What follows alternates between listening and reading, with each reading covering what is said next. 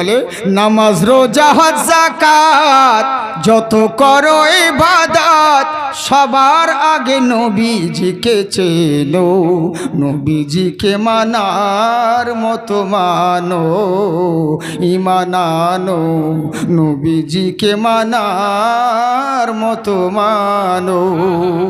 মোহাব্বতে সুবহানাল্লাহ বলেন। আমি চেক করছি যে নাত পড়তে পারছি কিনা, বুঝলেন তো? হ্যাঁ, নাত পড়া যাচ্ছে কিনা সেটাই মানে চেক করছি, এক একবার করি, মানে এক একটুকু করে নাত পড়ি, তবে আমি পুরো পড়ি না, বুঝলেন তো? কেন, কি দরকার? বেশিরভাগই আজকাল দেখি জীবনীতে হোক আর এতে হোক রাতে হোক, কারণ 2 ঘন্টা ওয়াজের মধ্যে যদি 40টা বড় বড় নাত পড়ি, ওখানেই তো আমার 1.5 ঘন্টা লেগে গেল, তা আমি ওয়াজ কি করব? নাত পড়ো, অসুবিধে নেই, কিন্তু ছোট ছোট, বুঝলেন তো? হ্যাঁ, মুক্তাসার করে আমি পড়ি, আমি পুরো পড়ি না। যখন শায়ের হিসেবে কোথাও যাব তখন পুরো নাত পড়বো। হ্যাঁ, বক্তা আছে তো অত নাত পড়ার কি দরকার? মাদ্রাসার তালিব ইলম কত আছে গজল বলার জন্য, তারা বলবে, বুঝেছেন? আর আমার গলা অতটা ভালো নয়। আফজাল সাহেব যেমন আপনাদেরকে গলা বললেন, ওরকম আওয়াজটা আমার নাই। আমাদের তো বুঝেছেন পাতি হাঁসের মতন ফ্যাঁস ফ্যাঁস ফ্যাঁস করছে আওয়াজ। হ্যাঁ, তো যাকে ওনার মতন আওয়াজ নাই, তো যাকে তবে যতটুকু দিয়েছেন আল্লাহ পাকের কাছে এটাই কোটি কোটি শুকরিয়া, বুঝলেন তো? হ্যাঁ, যাকে এরই লেগে বলি, মা ফাতিমা তোমায় জানাই হাজারো সালাম, তোমার পিতা দান করেছেন খোদার ওই কালাম। সুবহানাল্লাহ বলেন। তোমার ওই ওসিলি বিনে এই ভুবনে মৌলা চেনা যাবে না, হে বিশ্ববাসী তোমরা চেনো না, হে জগৎবাসী তোমরা জানো না। তাই আমার জগতের বুকে মানুষ যত রয়েছে সকলকে আমার আল্লাহ পাক সম্বোধন করে বলে জগৎবাসী শোনো, পৃথিবীর বুকে নানান রকম ধর্ম, নানান রকম মাযহাব, নানান রকম দিন রয়েছে, কিন্তু সবার চাইতে মনোনীত পছন্দনীয় ধর্ম যার নাম হলো ইসলাম, আমার কাছে সর্বশ্রেষ্ঠ ধর্ম যার নাম হলো ইসলাম। ধর্ম বলতে শুধুমাত্র ইসলাম, অন্য কিচ্ছু নয়। যদি বলা যায় আমি ধর্ম করি, ধর্ম বলতে কেবল একটাই ধর্ম যার নাম হলো ইসলাম। এখানে গায়ের মুসলিম যারা রয়েছে এরা রাগ করবে, তাহলে আমাদের তা কি ধর্ম নয়? বলে না ভাই নয়, কারণ ধর্ম যদি বলতে হয় কেবলমাত্র একটাই ধর্ম, শুধুমাত্র ইসলাম। বলে কেমন করে? জেনে রাখো, মহান আল্লাহ রব্বুল আলামিনকে এক আল্লাহর উপাসনা করতে করতে মানুষ যখন যত দিন চলে গেল, এক একজনা এক আল্লাহকে ইবাদত করতে করতে হাজার রকম যখন ইবাদতের জারিয়া বানিয়ে নিল, শেষ বেলায় আমার নবী মুস্তাফাকে মহান আল্লাহ প্রেরণ করলেন। এটা তোমাদের কিতাবের মধ্যেই আছে। ওম ইয়াকাম্মায়াতি ইয়তি একো দেবয়াহা বহুর্মতি দেবস্তুতে চন্দ্রিমা কুণ্ঠু কারিয়াকা ওম সাহা মক্ষম দয়ামতি ওম নমস্তস্যৈ নমো নমঃ। জেনে রাখো, পৃথিবীর বুকে এক আল্লাহর উপাসনা করতে করতে বহুর্মতি দেবস্তুতে যখন বহু দেবতার পূজা শুরু করতে লাগলো, তখন আমার আল্লাহ অন্তিম মহারিষি পধারিত ভূমণ্ডলী শেষ বেলায় মহান ঋষিকে জন্মগ্রহণ করালেন, দুনিয়ার বুকে আবির্ভাব করালেন। তোমাদের ভাষায় শেষ অন্তিম মহারিষিকে পৃথিবীর বুকে আগমন করলেন। উনি এসে জগৎকে শিক্ষা দিলেন, জগৎবাসী তোমরা শোনো, একয়াম্মা বিরহম্মা দ্বিতীয় নাস্তি, একটাই ব্রহ্মা, ভূমণ্ডলের মালিক কেবলমাত্র এক আল্লাহ, যার দ্বিতীয় কোনো কেউ নেই। তবে জেনে রাখো, ওই আল্লাহর উপাসনা করতে গেলে ডাইরেক্ট কোনোদিন আল্লাহকে পাবে না। বলে কেমন করলে পাবে? তোমরা কি ভেবে নিয়েছো? এক হাঁটু গঙ্গার পানিতে নেমে সূর্যর দিকে পূজা করে বলো ওম গঙ্গেশ্বরী জলেশ্বরী মহাপূর্মিদায়হা, গঙ্গার মাটিতে নেমে ভাবছো তুমি হয়তো পূজা করলে আল্লাহর সঙ্গিষ্ঠ লাভ করতে পারবো। বলে না না না, সূর্য আমাদেরকে আলা দেখায়। সূর্য যদি স্তব হয়ে যায় তাহলে পুরো তো পৃথিবীটা অন্ধকার হয়ে যাবে। এর লেগে সূর্যর পূজা করো, দিনের মুখ দেখতে পাও বলো। কিন্তু জেনে রাখো, ওই সূর্যকে যে সৃষ্টি করেছেন তিনি হলেন ইয়াকাম্মা বিরহাম্মা, উনি হচ্ছেন ভূমণ্ডলের মালিক। ওই আল্লাহকে পেতে হবে, আর আল্লাহকে পাওয়ার জন্য চার্চে গির্জায় কোনো জায়গায় গেলে তোমরা আল্লাহর সন্ধান পাবে না। বলে কোথায় যাব? ভক্তেশ্বরী গুরুমূর্তি মহানাবম পৃথিবীর বুকে ভক্তি সহকারে ওই যে মহান নবী আসবে, মহামানব আবির্ভাব হবে, ওই মহান নবীর যদি অনুসরণ করতে পারো মহান আল্লাহর সন্ধান পেয়ে যাবে। শুধু শুনেন, অনেক কথা আছে, আজকাল সব নকলেই চলতে আছে। কোথাও দেখছে আমিরুল ইসলাম ভাইয়ের নকল, কোথাও দেখছে জাকিরের নকল। ওবে ওয়াজ সুর নকল করছি, কর পারবি না তো সুর তার লেগে লয়, খুব ক্যালমা আছে জাকিরের নকল করা, কারণ জাকির একটা তাকরিরের মধ্যে মানে না হলে ম্যাক্সিমাম 17 রকমের তারজ ভরা থাকে, এই জন্যেই বুঝতে পারবে না। কিন্তু করো, যদি নকল করতে হয় করো, কিন্তু যেইগুলো কিন্তু আমি যেই ওয়াজগুলোকে করছি ওগুলোকেও সে কপি করছে।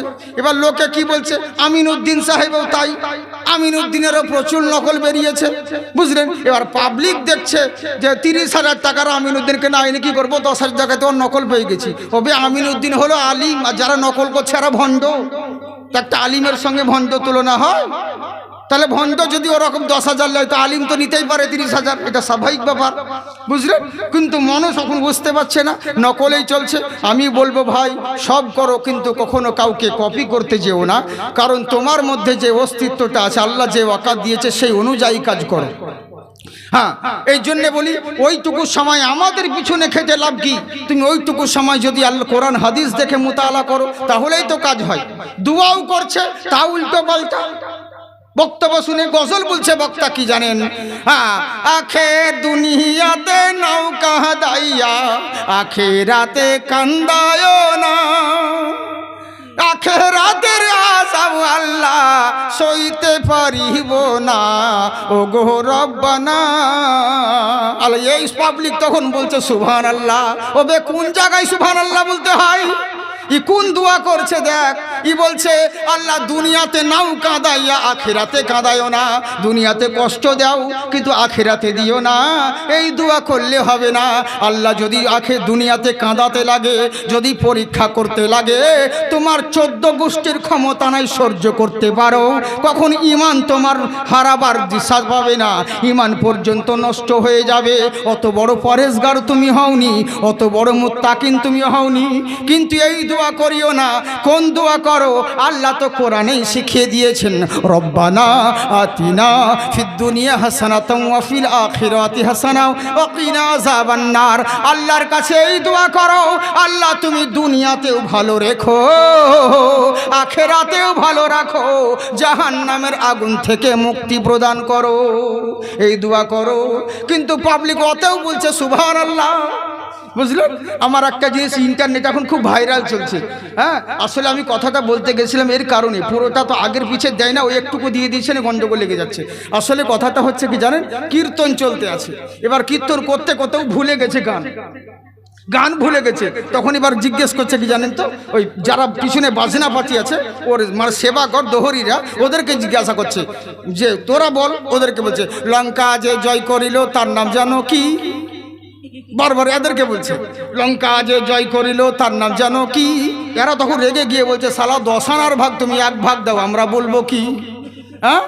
তুমি তো 12 মাস 10 আনা খাও, আমাদের কি 1 ভাগ দাও, আমরা কেন বলবো? তুমি বুঝে নাও গা। ই তখন দেখছে আজকে তো পাবলিকের মায়ের একটা মাটিতে পড়বে না। ই তখন জান বাঁচার লেগে বলছে যা হবে হোক।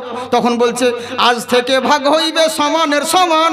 তখন এরা বলছে লঙ্কা যে জয় করিল বীর হনুমান। পাবলিক বলছে বারে ভগবান। বুঝলেন, এই হচ্ছে ব্যাপার।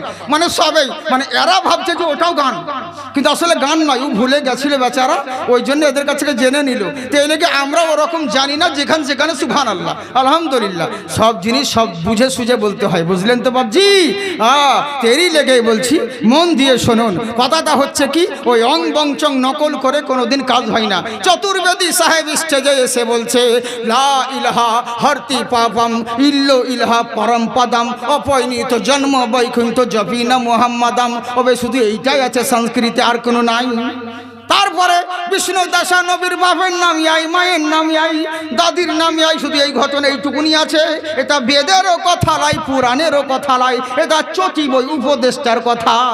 বুঝলেন তো কি বলছে শুনুন, কোন নবী মহান নবী, কোটি কোটি পরমানতং আপাইনি তো অতি সুন্দরম। পৃথিবীর বুকে কোটি কোটি রকমের সৃষ্টি রয়েছে, কিন্তু নবীর সঙ্গে কাউরি তুলনা করবে এরকম সৃষ্টি খুঁজে পাবে না। বলে কেমন করে? শুনে রাখো, একবার নবীর মিলাদটা শুনে যাও, তাহলে বুঝতে পারবে। আমার নবী মুস্তাফাকে আব্বাস বলতে আছে, এই ভাতিজা শোনো, তোমাকে একটু মিলাদ শোনাই। বলে বলো চাচা। বলে ভাতিজা, তোমার মতন কেউ আর হবে না। তুমি যখন তোমার মায়ের গর্ভে ছিলে, পাড়ার লোকেরা এসে অভিযোগ করত, সবাই এসে আব্দুল মুত্তালিবকে বলতো, ওগো আব্দুল মুত্তালিব, তোমার বৌমাকে একটু সাবধান করো, তোমার বৌমাকে একটু নিষেধ করো। বলে কি নিষেধ করব? বলে কিছুদিন হলো স্বামী মারা গিয়েছে, একটা ইদ্যত পালন করে না। স্বামী মারা গিয়েছে, তার তো শোক পালন করতে হবে, ও তো কিছুই করে না, ইদ্যত পালন করে না। দামি দামি সেন্ট ব্যবহার করে রাস্তায় রাস্তায় চলে বেড়ায়, দামি দামি ভালো ভালো আতর ব্যবহার করে। এখন তো একটু সাবধান হয়ে থাকতে হবে। আব্দুল মুত্তালিব মা আমিনাকে ডেকে বলেন, মা গো, একটা কথা তোমায় বলি, একটু স্বামী মারা গিয়েছে, এখন একটু শোক পালন করো, একটু ইদ্যত পালন করতে হবে। বলে কি হয়েছে আব্বা জান? বলে মারে, আমাকে মক্কার লোকেরা এসে নানান রকম অভিযোগ দিচ্ছে। কেউ বলছে তুমি নাকি রাস্তায় চলো স্বামীর জন্য ইদ্যত পালন করো না। বলে কেন? বলে তোমায় নাকি ভালো ভালো আতর ব্যবহার করো। মা আমিনা কেঁদে দিলেন আর বললেন, আব্বা জান, যতদিন থেকে আমার স্বামী দুনিয়া থেকে বিদায় নিয়েছে, কেমন ভাবে দিন কাটাচ্ছি আমি জানি, আর আমার মাবুদ জানে।